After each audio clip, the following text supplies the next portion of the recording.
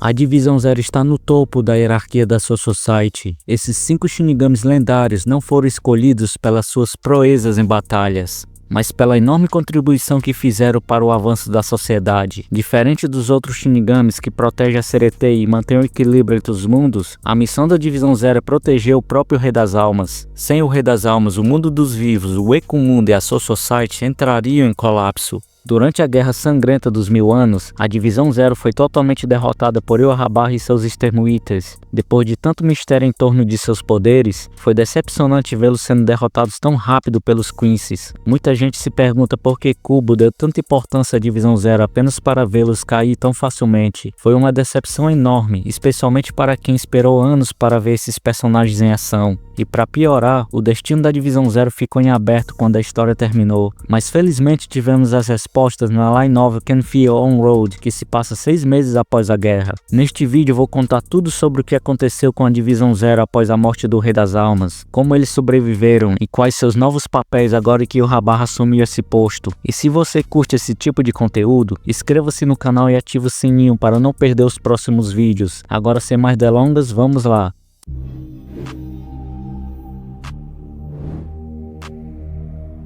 Cada membro da Divisão Zero conquistou seu lugar por criar algo essencial para a Soul Society. Eles não são apenas guerreiros, são verdadeiros gênios que moldaram o mundo dos Shinigamis. Ichibei Ryusubi, o líder da divisão, foi o primeiro Shinigami a alcançar a Bankai, que na época se chamava Shinuchi. Ele tem o poder de dar nome às coisas, e foi ele que batizou conceitos fundamentais como Shikai, Zanpakuto e a própria Bankai. Essa habilidade é tão poderosa que ao mudar o nome de algo, ele muda sua essência e sua função. Sem Ichibei, nem mesmo os nomes básicos dos poderes Shinigami existiriam hoje. Depois temos Tenjiro Kirindi, o criador das fontes terminais curativas. Ele é mestre em cura com Kido e até ensinou técnicas a Unohana. Suas águas medicinais salvam vidas e curam ferimentos gravíssimos. Com sua incrível velocidade, é conhecido por ser rápido como um relâmpago. Antes dele, a Soul Society não tinha um sistema de cura eficiente, o que tornava cada guerra muito mais perigosa. Foi graças a Kirindi que a estrutura da 4ª Divisão, especializada em medicina, pôde ser criada.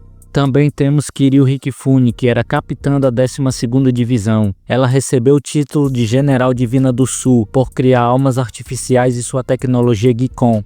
Uma de suas principais habilidades é de inserir energia espiritual dentro de alimentos, aumentando drasticamente o poder de quem os consomem.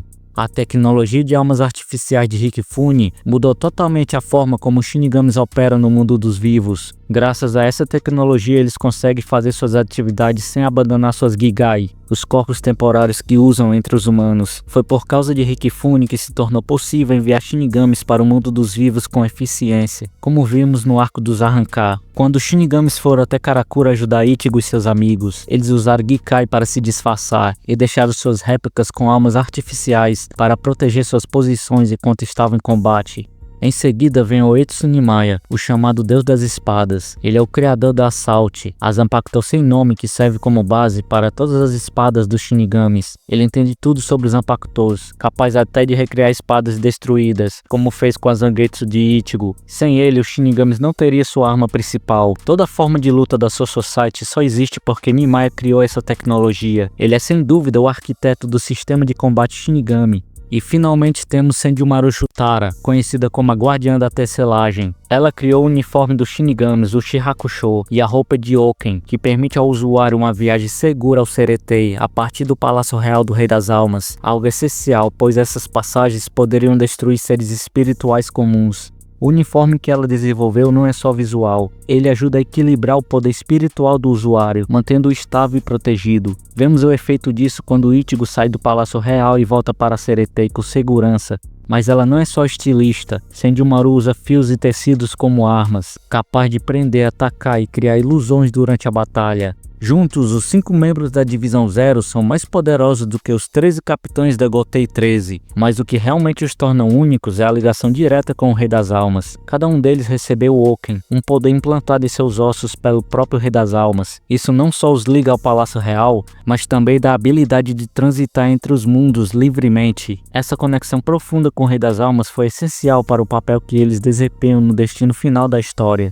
Durante a Guerra Sangrenta dos 1000 Anos, a queda da Divisão Zero foi um dos momentos mais impactantes de todo o arco. Após tanta expectativa e hype, ver esses guerreiros lendários sendo derrotados foi extremamente decepcionante para muitos fãs. No mangá, quando Nimaya inicialmente venceu os inimigos, Yhwach usou seu poder Aushvalen para reviver e fortalecer seus guardas de elite. E quando voltamos a ver a Divisão Zero, todos estavam derrotados no chão. Foi tudo muito rápido e sem detalhes. Para personagens tão importantes, essa derrota sem explicação foi um baque enorme. Mas felizmente o anime consertou isso. Ele expandiu muito essa parte da história, mostrando com mais clareza como os membros da Guarda Real foram derrotados. Tivemos uma expansão significativa da Batalha da Divisão Zero, que deu muito mais profundidade e dignidade à sua derrota.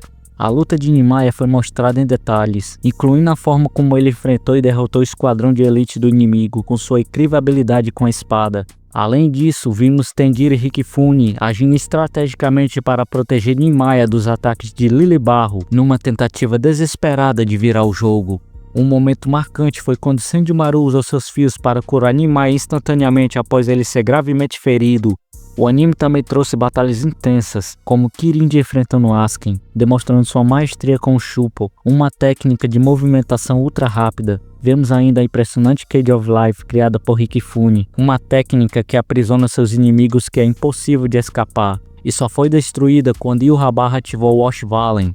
Mas a maior adição do anime foi a revelação do selo de juramento de sangue. 3 membros da Divisão Zero se sacrificam para que Senjumaru pudesse ativar sua Bankai, sendo essa a última cartada contra os inimigos. Essas novas cenas mostraram que a Divisão Zero não caiu tão facilmente. Após a derrota da Divisão Zero, Yhwach absorveu o Rei das Almas, quase causando colapso total da realidade. O anime também esclareceu algo muito importante: o poder da Guarda Real está ligado entre si. Esse detalhe é essencial para entender o que aconteceu nas light novels, revelando como a Divisão Zero foi revivida após a guerra. Entre todos os membros, apenas Ichibei sobreviveu ao ataque inicial de Yhwach e seus subordinados. Mesmo assim, sua derrota foi brutal, tendo seu corpo totalmente despedaçado. Quando Ichigo chega ao Palácio Real e pronuncia o nome completo de Ichibei, os pedaços de seu corpo começam a se recompor, absorvendo parte da energia de Ichigo para se restaurar, graças à sua habilidade que está ligada aos nomes das coisas. Ichibei pode usar seu próprio nome como fonte de poder, da mesma forma que ele manipula os nomes dos outros. Isso o torna um verdadeiro seguro contra falhas da Divisão Zero. As revelações nas light novels mudam tudo o que sabemos sobre o papel da Divisão Zero. A incorporação do Oki em seus ossos não é apenas um passe livre entre dimensões, é uma ligação espiritual que os conectam à essência do Palácio Real.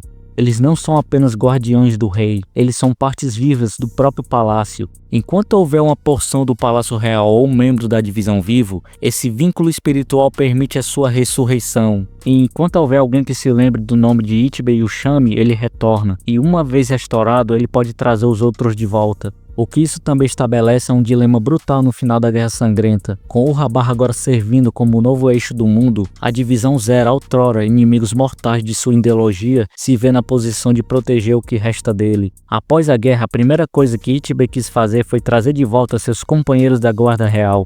O Palácio do Rei das Almas também passou por uma grande reforma depois da destruição causada pelos Quincy's, o que obrigou Ichibei a criar novos guardas para manter a segurança do palácio. Essas mudanças foram mais do que apenas físicas, marcaram uma transformação profunda no próprio sentido do palácio e no que ele representa. Afinal, agora ele existe para proteger um Rei das Almas bem diferente daquele que os Shinigamis serviram desde o início. Mas talvez a maior virada de todas tenha sido a decisão de Ichibei de contar a verdade sobre o passado do Rei das Almas aos demais membros da Guarda Real. A revelação mudou tudo. Segundo Ichibei, o Rei das Almas se chamava Adonaios e foi o criador dos 3 mundos. No entanto, ele acabou traído pelas 5 grandes famílias nobres, onde teve seus membros cortados, o transformando numa figura sem forma e eventualmente sendo selado dentro de um cristal. A Guarda Real ficou chocada ao descobrir que passaram séculos protegendo não uma figura divina, mas um prisioneiro mutilado. As light novels mostram como os membros da Guarda Real ficaram desconfortáveis com a verdade. Descobrir que estavam apenas protegendo os restos de um prisioneiro em vez de um rei mudou completamente a visão de suas missões. Agora eles se encontram numa posição contraditória. Precisam proteger os restos de Yhwach, o responsável por destruir o Rei das Almas original. Mesmo assim, o dever da Divisão Zero continua o mesmo, proteger o eixo que mantém o equilíbrio entre os mundos. Não importa se esse eixo é o antigo Rei das Almas ou Yurra-Parra, o que importa é manter a estabilidade de tudo que existe. Isso é tudo que foi revelado sobre a Divisão Zero após a Guerra Sangrenta. Se tiver algo que eu tenha deixado de mencionar, deixe nos comentários abaixo. Inscreva-se para mais conteúdos como este, deixe seu like e assista ao próximo vídeo recomendado a seguir. Obrigado por ficar até o final.